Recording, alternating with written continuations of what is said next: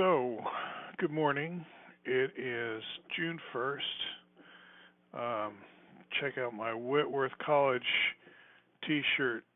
This is not where I went as undergrad. However, I'm a Quaker, and in the local context, North Pacific, North America, we have a North Pacific yearly meeting that travels around and meets twice and then goes to another campus, usually a campus.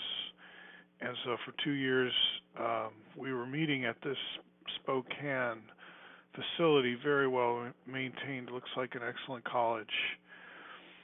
Anyway, to pick up where I left off, we were looking at this number sequence in Synergetics 101, this 112, 42, 92, 162. It connects up with the icosahedron in terms of how many spheres you have in successive layers.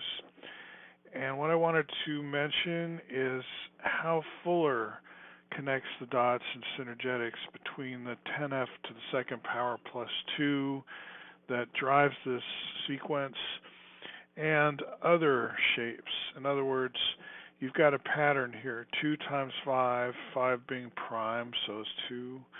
So 2 times some prime numbers, which is just a way of saying any number, but keep it small, times f to the second power. This modulates the shape of the object.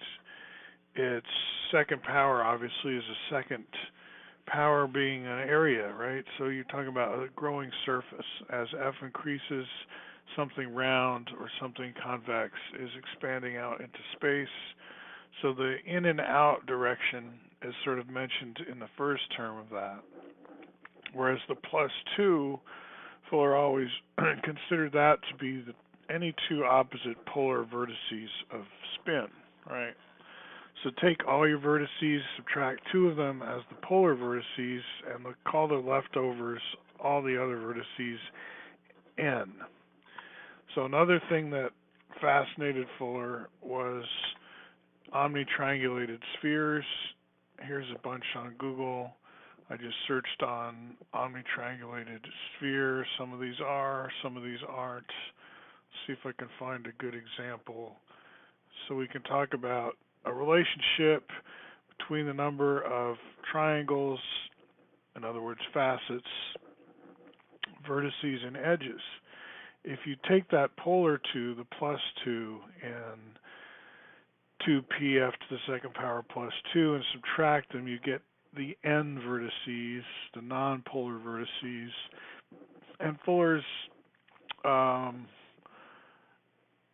easy way to remember things is that n is to f, meaning faces, is to e, as 1 is to 2 is to 3. In other words, the ratio there of nonpolar vertices to faces to edges on an omnitriangulated sphere, this is for omnitriangulated, is going to be 1 to 2 to 3. Now that's pretty easy to remember. So you've got 10f to the second power plus 2, the generalization being you can modulate the shape that you're talking about, you can grow and shrink, so that's scale, and you can rotate, so that's polar. So you think of those as sort of primitive operations suggested by 2 kinds of two-ness. There's the concave, convex kind of multiplicative two-ness of areal growth in and out, and then there's the polar two-ness. And it sounds like my doorbell, so I think I will take a break right here and continue in a minute.